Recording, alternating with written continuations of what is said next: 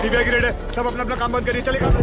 CBI, ED, NCB এই সব নামগুলোর সঙ্গে আমরা পরিচিত, কিন্তু আসলে এই নামের অর্থ কী এবং এদের কি কি কাজ রয়েছে, এই নামের উৎপত্তি কবে হয়েছে এবং এরা কি কি কাজ, এদের কি কি ডিপার্টমেন্ট রয়েছে এবং এরা কোন মন্ত্রণালয়ের অধীনে, তা সম্পূর্ণ জেনে নেব এই ভিডিওতে। CBI, central bureau of investigation, এর কাজ কি?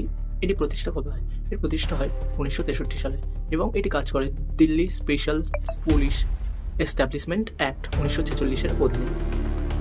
এর কাজ দুর্নীতি, জালিয়াতি, সাইবার অপরাধ, ব্যাংক জালিয়াতি, খুন, রেপ এবং এরকম নানাবিধ কাজে এটি এর তদন্ত করে তার সত্যিটা জনগণের সামনে তুলে ধরে।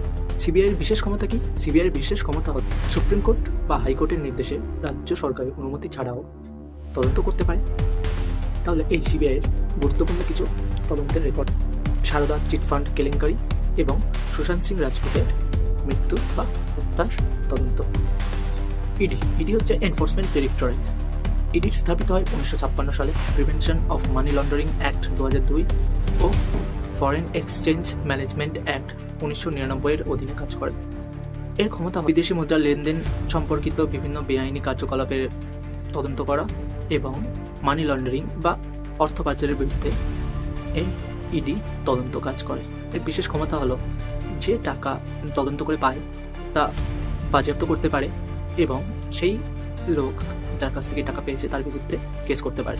এর বিশেষ বা কিছু গুরুত্বপূর্ণ মামলা: Nirav Modi, Vijay Mallya case. NCB, narcotic control bureau, এটি স্থাপিত হয় 1986 সালে। এটি স্বরাষ্ট্র মন্ত্রণালয়ের অধীনে পড়ে এবং এর কাজ মাদক দ্রব্য পাচার এবং অপব্যবহার রোধ করা। এর বিশেষ ক্ষমতা হলো যেসব মাদক পাচারকারী সংস্থা রীতিমতো মাদক পাচার করে চলেছে সেই সংস্থার বিরুদ্ধে আইনি ব্যবস্থা নেওয়া। এই এনসিবির কিছু গুরুত্বপূর্ণ কেস হল আরিয়ান খানের ড্রাগস কেস এবং রিয়া চক্রবর্তীর মামলার তদন্ত।